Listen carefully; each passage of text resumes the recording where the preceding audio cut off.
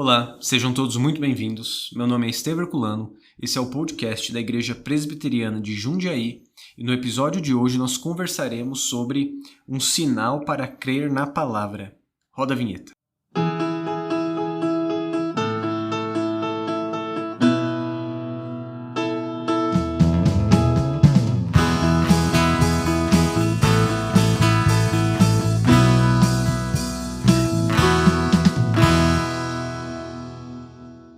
Tudo bem, gente? Estamos aqui de volta nesse novo episódio. Estou aqui com o Luiz Henrique, companheiro das aflições e tribulações, né? Como o apóstolo João diz no livro do Apocalipse. E esse título, se você percebeu, é o título também de uma pregação que foi feita aqui na igreja. Eu preguei esse sermão no texto de João capítulo 4, versos 43 a 54. E qual o propósito, né, Luiz, da gente trazer isso? Conversando, né, e por sugestão até de outros irmãos, e o Luiz e eu achamos legal fazer isso, é bacana nós termos aqui não um complemento apenas, mas um diálogo sobre algumas das pregações que nós temos aqui na nossa igreja, né? Sim. Às vezes nós temos aí, o culto acaba, tem perguntas que os irmãos gostariam de fazer ou ficam em dúvida em alguma coisa, e eu acho que é interessante a gente conversar um pouco sobre as exposições que são feitas aqui, né? E essa é uma delas, a gente pretende fazer isso com mais algumas. Sim. A nossa igreja, né, Estevão, é muito... Por mais que não seja uma igreja tão grande assim, ainda assim é uma igreja muito grande.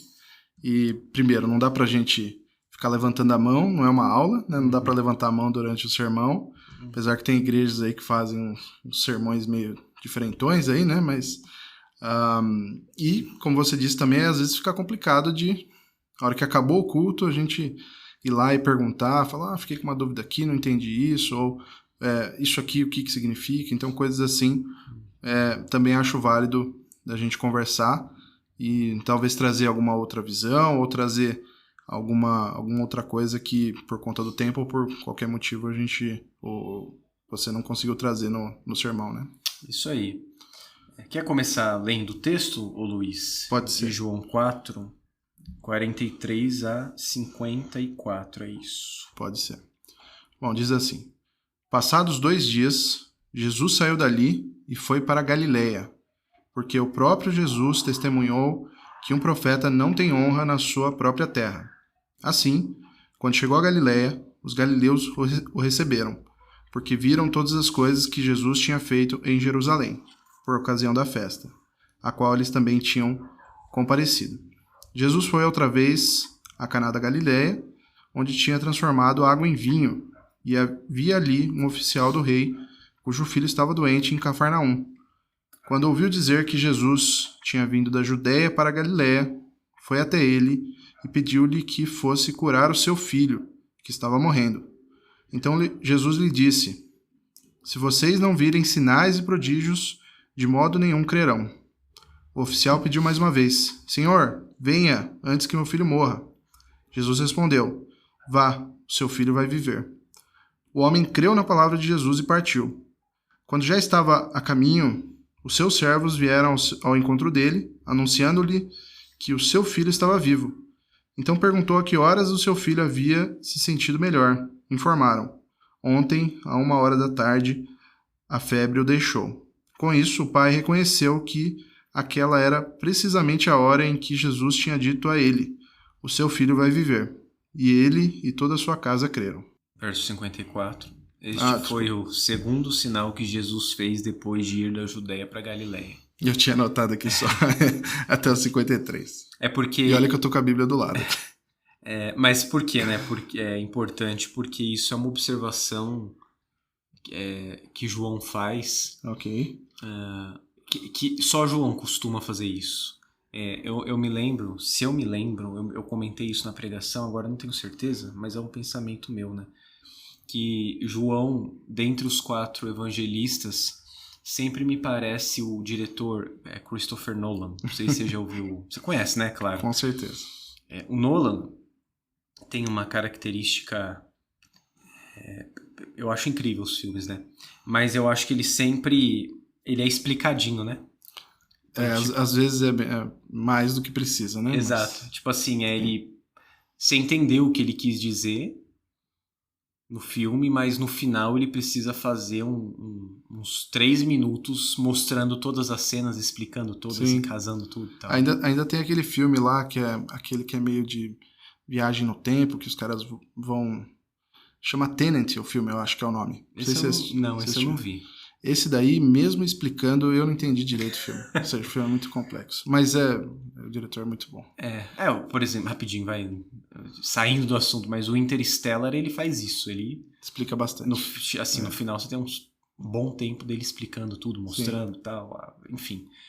Em outros também, mas é muito bom, né? Muito bom. Nossa, muito bom. Mas João faz isso, Luiz. É por isso que eu li o verso 54, né? Porque ele precisa dizer, este é o segundo sinal que Jesus fez, e explicar sim. por que tá aí. E tem algumas pessoas, e assim, eu particularmente, eu acho João muito difícil, no sentido de que eu acho que às vezes ele é muito poético, talvez, e eu fico meio perdido, assim, do jeito que ele escreve. Até pegando as próprias cartas, ele primeira, segunda João, acho que tem coisas que são meio difíceis de entender. Mas queria saber para você, né, o que você acha do Evangelho de João, ou por que o Evangelho de João é diferente, talvez, dos demais? O Evangelho de João não está dentre aquilo que nós chamamos de sinóticos na teologia. Evangelhos sinóticos são Marcos, Lucas e Mateus. Okay. Sinótica é uma palavra com origem grega, com raiz grega, que resumidamente, assim, né, numa tradução livre, significa algo como ver em conjunto, visto em conjunto. Porque a redação de Marcos, Lucas e João é muito parecida. Desculpa, Marcos, Lucas e Mateus. Ok. Eu me lembro até de uma piada que eu vi uma vez, que era uma professora mostrando as redações assim, Marcos, Lucas e Mateus, vocês reprovaram de ano porque vocês copiaram. Porque é muito parecido. Marcos é o primeiro evangelho. Tá. Existem algumas evidências, né, para isso. Tá, provavelmente, né? Não dá para ter certeza porque Marcos não tá aqui pra gente perguntar, mas textualmente parece ser o primeiro. O texto parece ser o mais antigo, é um relato mais conciso do evangelho. O tempo, né, em que Marcos escreve, a circulação de Marcos parece ter sido anterior. Quando você escreve algo com base em uma fonte, a nossa tendência sempre é escrever mais. Tá. Então, é muito difícil a gente remover detalhes, é muito mais fácil acrescentar detalhes. Então, muito provavelmente, detalhes foram acrescentados ao texto de Marcos por Mateus e Lucas. Okay. Então, ele é o primeiro, né? E ele é base para os outros. A narrativa de Marcos serve como fonte para Mateus e Lucas. E eles têm outras fontes também, outras pessoas. Acho que Lucas fala isso, né? Isso, Lucas fala. Que pesquisou, né? E perguntou a várias pessoas, né? Fala isso no começo do Evangelho mesmo, né? Sim. Que a obra de Lucas, que é Lucas Atos, foi escrita para Teófilo, que era o destinatário dele. E ele fala que empreendeu uma investigação, então Lucas tinha base, mas ele tinha as fontes dele e tal, e Mateus também, né? Agora, João é diferente mesmo, Luiz. João, para mim, é o evangelho mais teológico, mais difícil. Eu não acho que uma pessoa que comece a ler a Bíblia deva começar por João. Claro, né? Deus pode iluminar os olhos dela, ela entender. Sim. Mas eu me lembro que eu, por exemplo, lia João e não entendia. Eu acredito que se for para começar lendo os evangelhos, o mais fácil para entender é Marcos, por conta de ser um relato mais conciso, um texto mais narrativo de maneira geral. Assim, João tem coisas... você falou que acha difícil também, né? Acho. Cara, João começa com no princípio era o verbo estava com Deus, o verbo era Deus, estava no princípio com Deus... Todas as coisas foram feitas por ele, sem ele nada do que foi feito se fez. Assim, uma declaração teológica dificílima de entender. E poética, né, como eu disse. Eu não sei se... Bom, tá, qual que é a base disso aqui, né? É Gênesis. O capítulo 1 de João é um espelho do Gênesis. Uhum. Que você tem, no princípio criou Deus os céus e a terra, em Gênesis, em João você tem no princípio era o verbo estava com Deus, o verbo era Deus. Então é um relato do verbo criador. Certo. Mas, além disso, tem outras coisas, diálogos em João, como o diálogo de Jesus e Nicodemos, que às vezes eu vejo irmãos falando desse texto como se Nicodemos fosse um tapado que não entendia o que Jesus estava dizendo. E claro, ele era um mestre lá, membro do Sinédrio, um judeu que compreendia a lei, mas é dificílimo o que Jesus está dizendo, cara, sabe? Você precisa nascer de novo. Os termos usados são diferentes. Claro, aí Jesus abre o coração dele e o nosso para entender. Sim. Eu não estou desincentivando ninguém a ler João. Mas é difícil. Só estou dizendo que é o evangelho mais difícil. Então Marcos é mais fácil. Começar a ler a Bíblia por Gênesis, na minha opinião, é o ideal. Eu acho que ler Gênesis, Êxodo, aí para Marcos, Levítico também é difícil, mas Marcos é uma leitura mais narrativa, depois ir para uma leitura teológica do tipo Gálatas, né? Legal. Então, em que você vai indo para as doutrinas fundamentais da fé. Porque João é incrível, mas você chamou de poético, né? Eu digo que ele é extremamente teológico. Tá. Então, é o mais difícil para mim, sim. Assim como, por exemplo, Paulo também tem algumas dificuldades. Claro. Quando eu vou ler ele, lógico, já é difícil por padrão, mas o que ele faz às vezes também é ficar abrindo uns parênteses, aí você tem que meio que achar onde ele começa, onde ele acaba, porque senão você se perde. Eu também tenho algumas coisas nesse sentido também que eu acho são as digressões de Paulo, né? Ele escreve meio encapsulado o negócio. E aí às vezes você tá numa parte da ideia que Paulo está desenvolvendo e ele volta para um argumento anterior e você precisa fazer tipo um fluxograma para entender, né? Assim, a gente faz isso quando a gente prepara a pregação. Legal. Um esboço mecânico do texto. Porque existem muitas figuras de linguagem e maneira de escrever que a gente chama de quiasmo bíblico. Tá. Que é quando você tem molduras de texto, aí você tem uma ideia central, né? Então... Você explicou isso quando a gente falou de Salmos. Exato, no podcast. Isso é bem legal. Assim, para quem programa, por exemplo, é uma indentação do texto, sabe? Existe isso na Bíblia também. Agora, João não trabalha tanto com essas digressões, mas eu acho bastante denso, né, o conteúdo de João. Entendi. É claro, porque Deus amou o mundo de tal maneira que deu seu filho. Isso é o texto áureo da Bíblia e o pessoal lê e compreende, né? Sim. Agora, isso está inserido dentro de várias outras questões mais complexas. Entendi. Enfim. Mas em relação a João, não só a esse texto que a gente está vendo agora, mas em relação a essa série que a gente começou, né, aqui na igreja faz pouco tempo, eu estava comentando pro Estevão um pouco antes, né, do podcast, que a gente antigamente tinha o costume de, tanto no culto de manhã quanto de noite, de pregar livros inteiros. A gente não, né, os pastores, de pregar os livros inteiros, mas numa sequência. E eu achei muito interessante essa ideia de mesclar, né? Então, de noite a gente tem Marcos e de manhã agora tem essa ideia dos sinais, né, que aparecem em João, os sinais de Jesus que aparecem em João. Sim. Eu acho que o que a gente faz é a pregação expositiva, que é o fundamento da igreja, assim, né? Tá. Claro, é possível fazer pregação temática. Se você pegar, por exemplo, sei lá, Charles Spurgeon, as pregações dele não eram expositivas como nós fazemos hoje. Às vezes ele lia um versículo e pregava. Uhum. Mas assim, ele expunha o texto bíblico, né? Agora, a minha escola de pregação é a escola da Lectio Continua, que é a exposição de livros todos da Bíblia. Tá. E bom, a gente faz isso, né? Nós temos pregação... Estamos terminando o Evangelho de Marcos. Uhum. Vamos começar outras exposições, que é segredo ainda. Então se prepare, à noite vai ser muito legal aí, se Deus permitir, se Deus quiser. E de manhã são pregações expositivas baseadas em excertos de livros bíblicos. E o que nós expusemos de manhã, porque eu acho que quando esse podcast for pro ar, a gente vai ter terminado a série Vida em Seu Nome. Ah, verdade, acho que Foram 7 milagres de Jesus no Evangelho de João, né? Uhum. Então foram exposições sobre isso.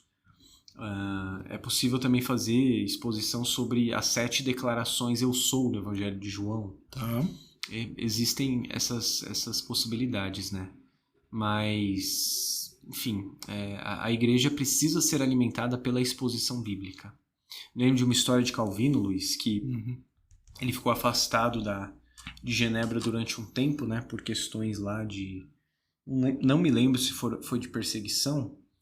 E conta que quando ele voltou, se eu não me engano, quase 5 anos depois, todo mundo na expectativa do que ele ia fazer, ele abriu a Bíblia e falou, vamos continuar de onde a gente parou. E continuou expondo o texto na perícope posterior a que ele tinha pregado, assim.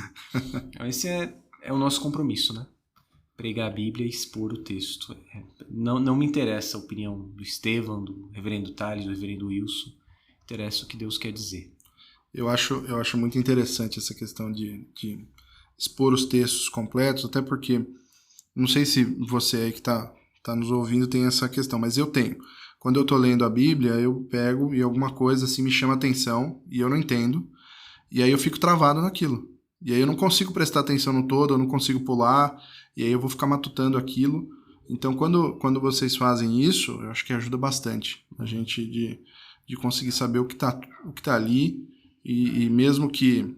E quebrar, às vezes, as nossas expectativas a respeito do texto que tá ali também, né? Às vezes a gente tem uma noção super errada daquilo, e não tem nada a ver com isso, né? E a nossa tendência sempre é ir para o que a gente gosta e domina. Voltar para os nossos lugares comuns. A exposição bíblica nos obriga a dizer coisa que a gente não está acostumado e às vezes não quer. Tá. Então Deus edifica seu povo. É como Paulo fala, né? A gente precisa pregar todo o oráculo de Deus, todo o ensino. Isso é a Bíblia toda, não apenas o texto que a gente gosta, não é só o Salmo 23 e João 3,16, é tudo. Sim, mas eu acho que por outro lado também, acho que um dos desafios, e aí é uma pergunta também para você nesse sentido, é de como você aplicar isso daí, porque tudo bem, você tem que trazer o que o texto está querendo dizer, isso é primordial, importante. Mas você também tem que aplicar para as pessoas que estão ali te escutando, para as pessoas que você pastoreia. Como que você costuma fazer isso? Você tem algum método ou você... A aplicação é a parte mais difícil para mim do sermão. Tá. Eu gosto de exegese, eu gosto de coisas nerds, né? Isso é uma nerdice. Na verdade, todo pregador deveria conseguir manusear o texto corretamente, né? Mas, então, primeiro o que você precisa fazer é ler o texto e fazer a exegese do texto na língua original, né? Se possível, né? Isso demanda fazer uma tradução, olhar os verbos, o fluxo do texto, no grego, no hebraico, enfim. Depois disso, o que eu faço, né? Aí depende da filosofia de pregação. Porque tem pastores, tem pregadores para os quais pregação expositiva é expor cada versículo, explicando pormenorizadamente cada versículo. Isso é maravilhoso. Mas o que eu creio é que pregação expositiva é expor a ideia do texto. Ok. Então, o que nós fazemos? A gente precisa ter uma perícope delimitada. Na verdade, melhor, antes de tudo, precisa ter a perícope, né? E para isso você precisa ver o texto, tal, quebrar o texto certo. Então, aí você tem uma ideia naquela perícope, que é uma unidade de texto, e a partir dessa ideia que precisa ser do texto, tá? Então, o que eu estou dizendo, gente, é o método de pregação presente no livro Pregação Bíblica de Haddon Robinson, em que você precisa encontrar a ideia do texto, que é formada a partir de sujeito e complemento. O que o texto está dizendo e o que o autor está dizendo sobre isso. Então, a partir disso, você monta uma ideia do texto. E aí você precisa ver, a partir da sua exegese, quais são os pontos, né, do texto. Eu acho que é harmônico ter 3 pontos, mas não é todo texto que tem. Tem texto que só tem 2. Tem só 2 imperativos, por exemplo, que formam as divisões, ou tem apenas ou tem 5 ordens que você precisa falar. Então não depende de mim, depende do que o texto mostra. Você pega textos do Antigo Testamento, como os Salmos, o Salmo precisa ser pregado na totalidade, né? Porque cada Salmo é um universo. E como ele é quebrado, aí você precisa fazer direitinho como funciona e tal, né? Agora, depois disso tudo, de você ter exegese, de ter os pontos, de escrever, de ver a parte histórica, o contexto, e de... eu escrevo tudo no meu sermão, né? E de você escrever tudo, que é o levar a pessoa para dentro do texto, você precisa fazer isso, aí você precisa pensar em como isso se aplica na vida da pessoa. Mas de acordo com aquele texto.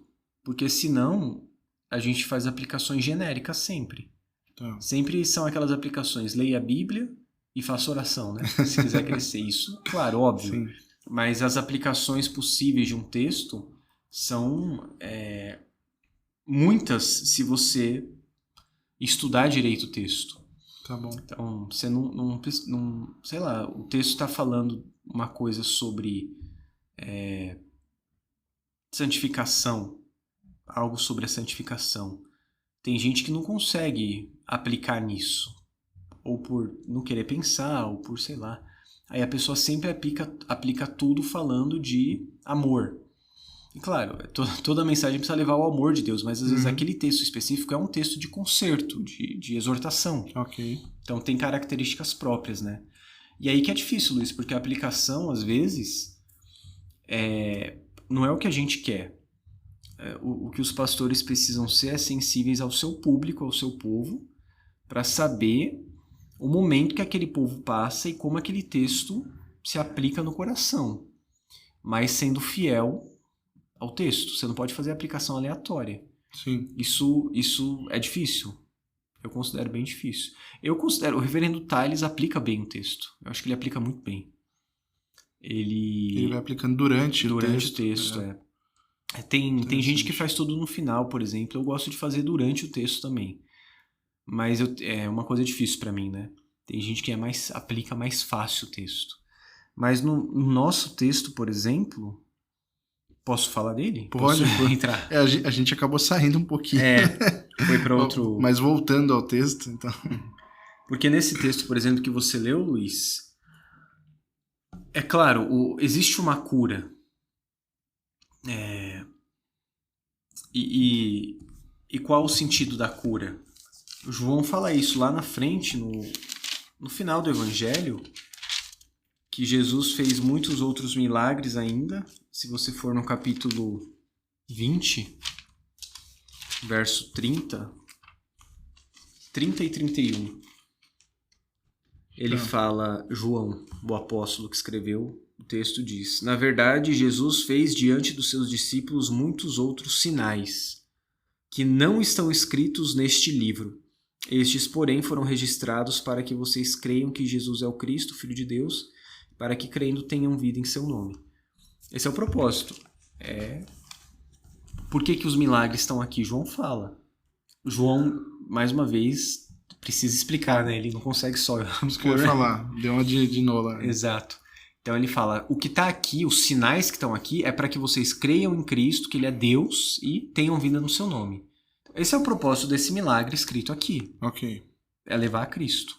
Agora sobre essa questão dos milagres e dos sinais de Jesus. Uma pergunta que eu tenho, e sempre quando eu olho para os milagres que Jesus fez, e posteriormente também os apóstolos, e como a gente lida com isso hoje, né? A minha pergunta qual que era o motivo, não desse em específico, mas de Jesus e dos apóstolos depois fazerem milagres, curarem pessoas? Existia um motivo para isso? Assim, muito específico? Confirmar o testemunho da palavra que estava sendo pregada, do evangelho que estava sendo anunciado. Tá. E ratificar a autoridade da figura, da pessoa. Bom, Luiz, vamos lá. A nossa confissão de fé fala lá no comecinho que Deus se revelou outrora pelos profetas. Tudo isso Hebreus também fala, Hebreus, né? Mas que Deus nos fala pelo Filho. Sim. Hoje.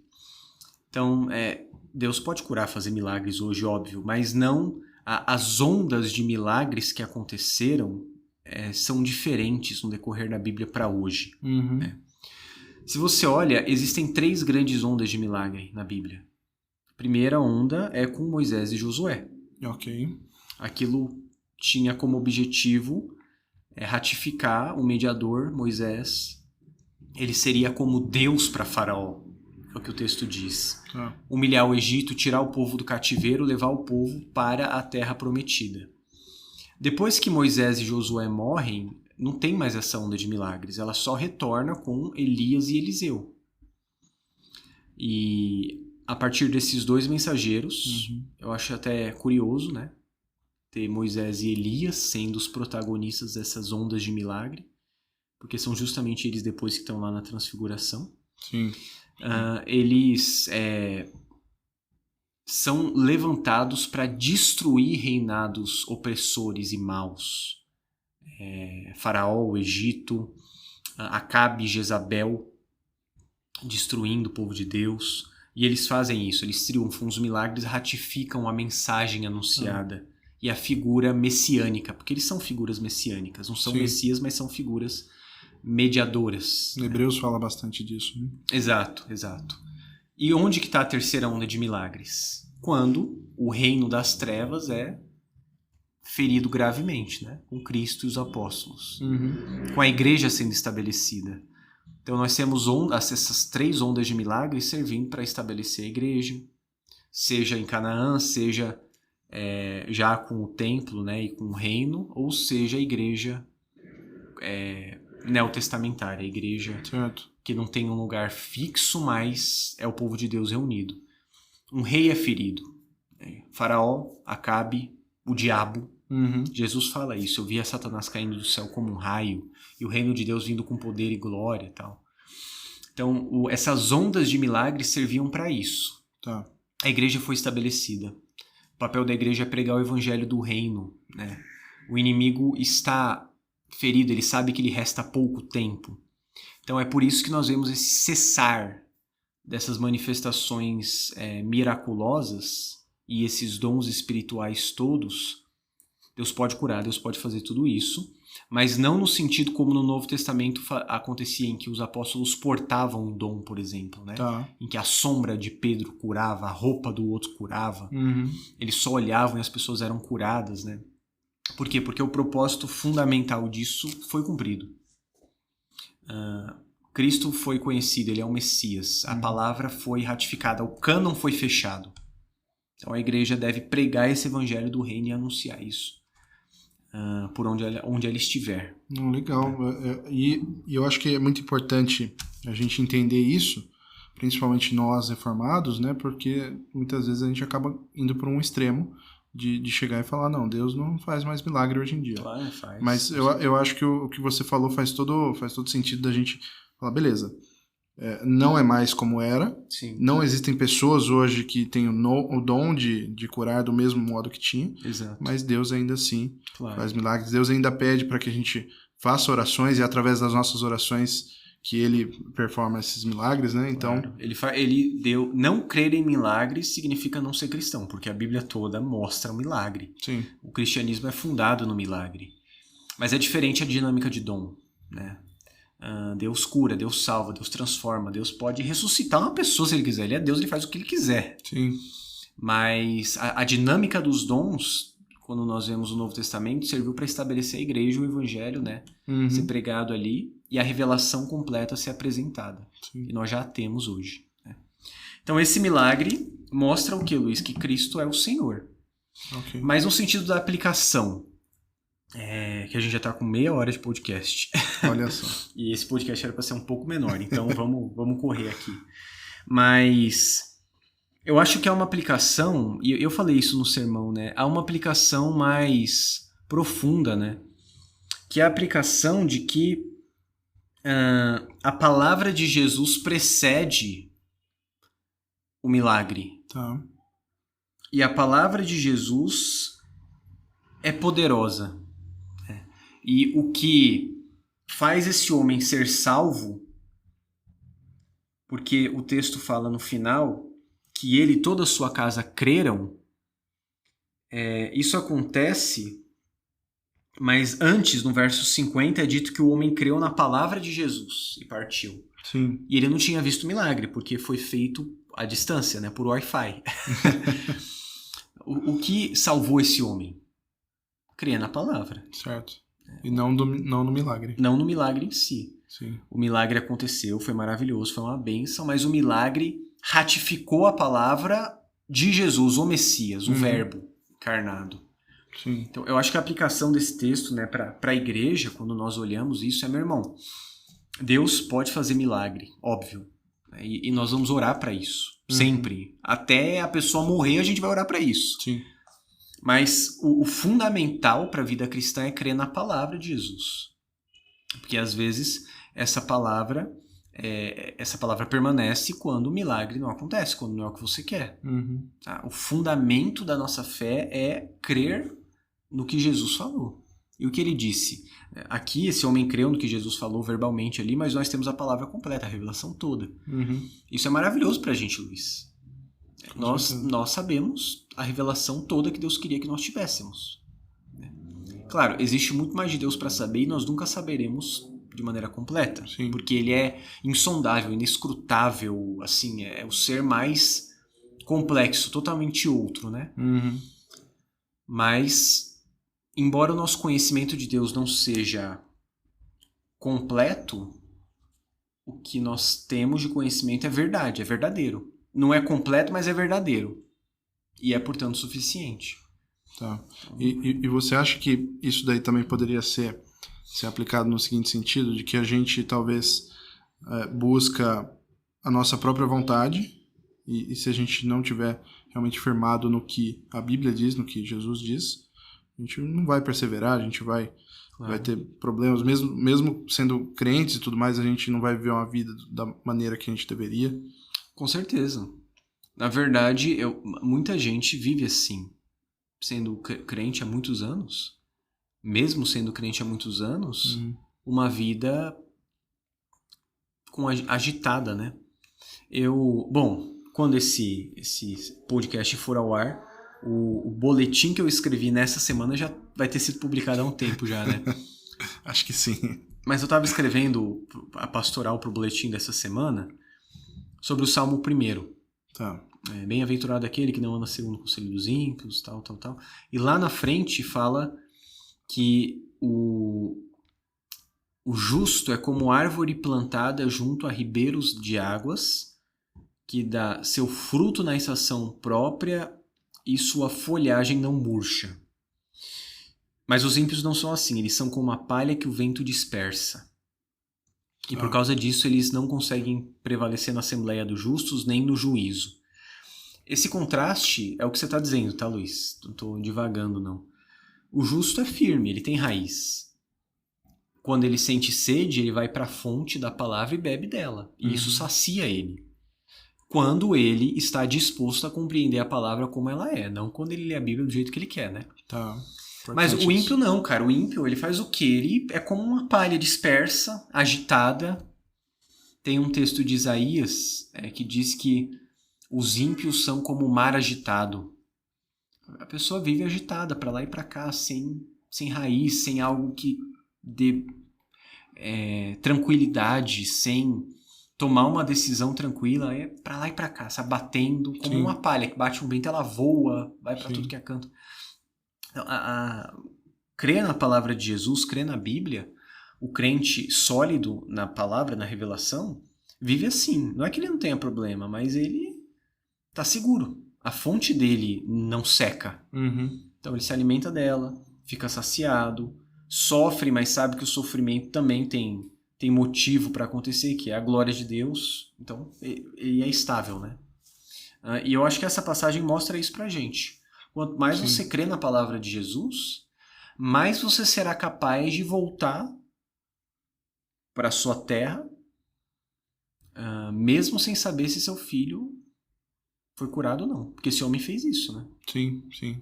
Ele não viu o menino curado do lado dele. Ele só voltou e creu na palavra. E quando chegou tinha acontecido. E a casa toda creu no quê? Na palavra também.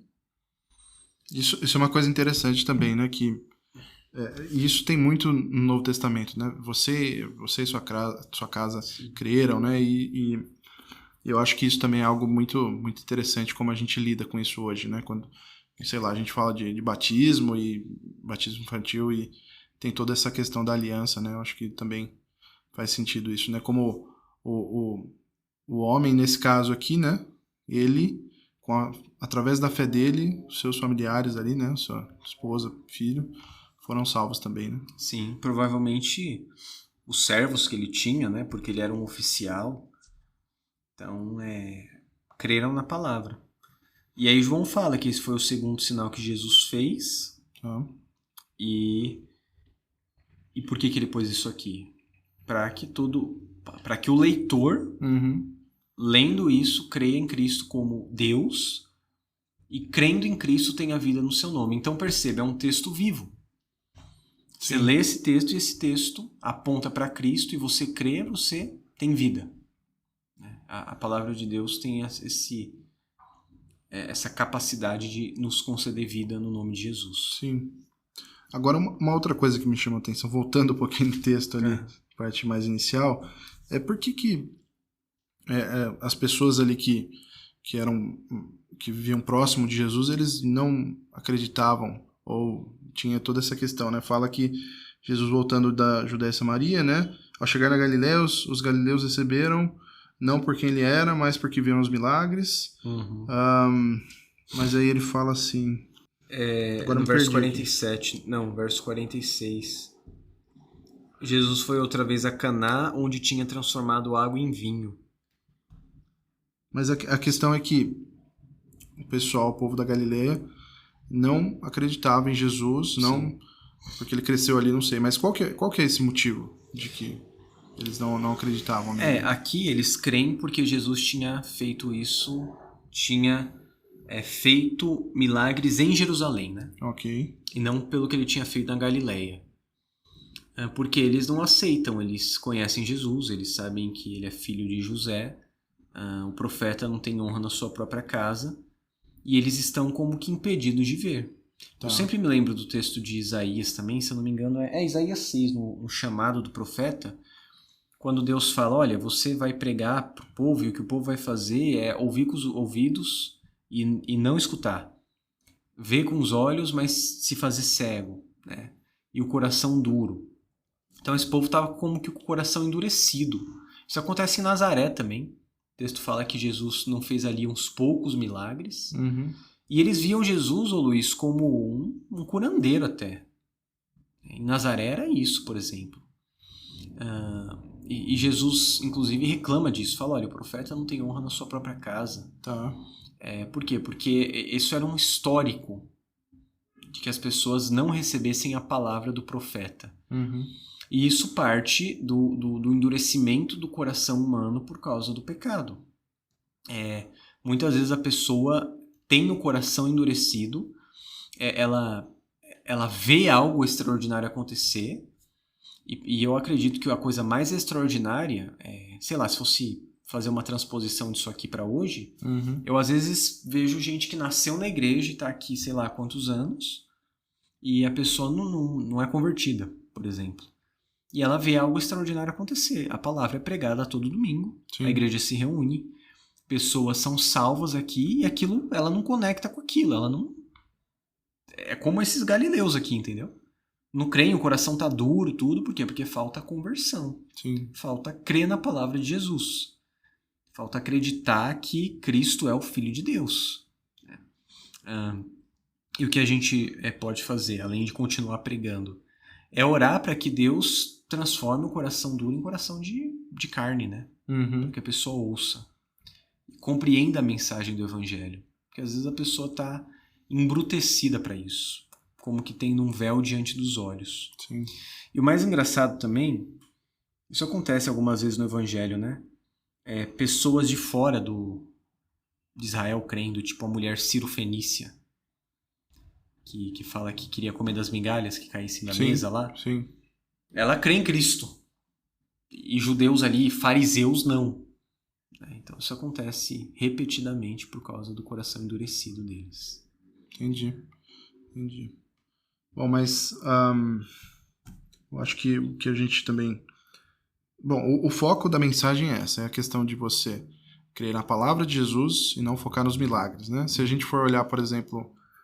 eu não sei, você falou aí que tem inúmeros também outros exemplos, né? Mas o que eu me lembrei agora foi de depois que Moisés atravessou com o povo ali no Mar Vermelho. E depois de tudo aquilo, ainda assim, eles faziam bezerro de ouro, faziam um monte de coisa, tanto que Deus castigou aquelas pessoas, né?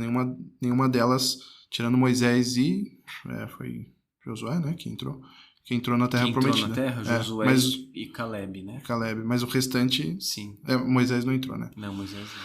Só viu. Mas é interessante isso também, né? Visto aqui dessa outra forma. Né? É como aquela parábola do rico e do Lázaro que Jesus conta. Em que o rico, em tormentos, pede para que os irmãos dele fossem avisados dos tormentos dele. Sim. Porque eles creriam. E aí Abraão fala, olha, eles têm Moisés e os profetas, eles têm a palavra. Se eles não crerem nisso, ainda que alguém ressuscite dentre os mortos, eles não vão crer. Então, precisa do milagre para crer? Precisa crer na palavra. O milagre é maravilhoso e testifica a palavra, mas a pregação da palavra abre os ouvidos para que a pessoa creia. Isso é um exemplo. O argumento do rico é esse. Não, mas se eles virem alguma coisa, eles vão crer. E Abraão fala. Exato, ele pede isso. Aí Abraão fala, não. Eles veem algo maior. Eles veem Moisés e os profetas. Por que eles não creem nisso? É nisso que eles têm que acreditar. Sim. Então, um morto ressuscitando é menos eficaz do que a palavra. Esse é o testemunho.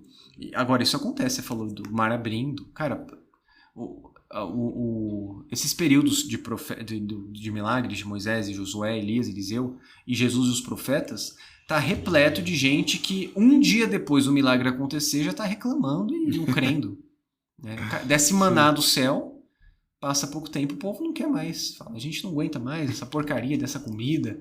É verdade. É um pão que cai do céu, entendeu? Então coração duro, né? Por não crer no testemunho e na palavra. Sim. Mas e aí, Luiz? É isso? Quer complementar com mais alguma coisa?